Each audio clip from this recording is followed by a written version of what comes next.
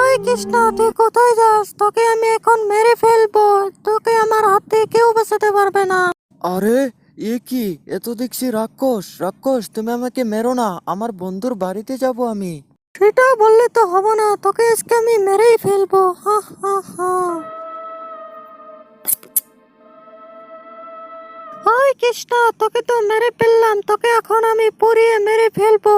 আরো একজন আমাকে মারার নাগে, তাই আমি শক্তিশালী হয়ে যাব। হা হা হা। ওই মোটু, তুই কোথায় যাস? তোকে আমি এখন আজকে মেরে ফেলবো। হা হা। সৃষ্টিকর্তা, এই রাক্ষসের হাতে থেকে আমাকে তুমি রক্ষা করো।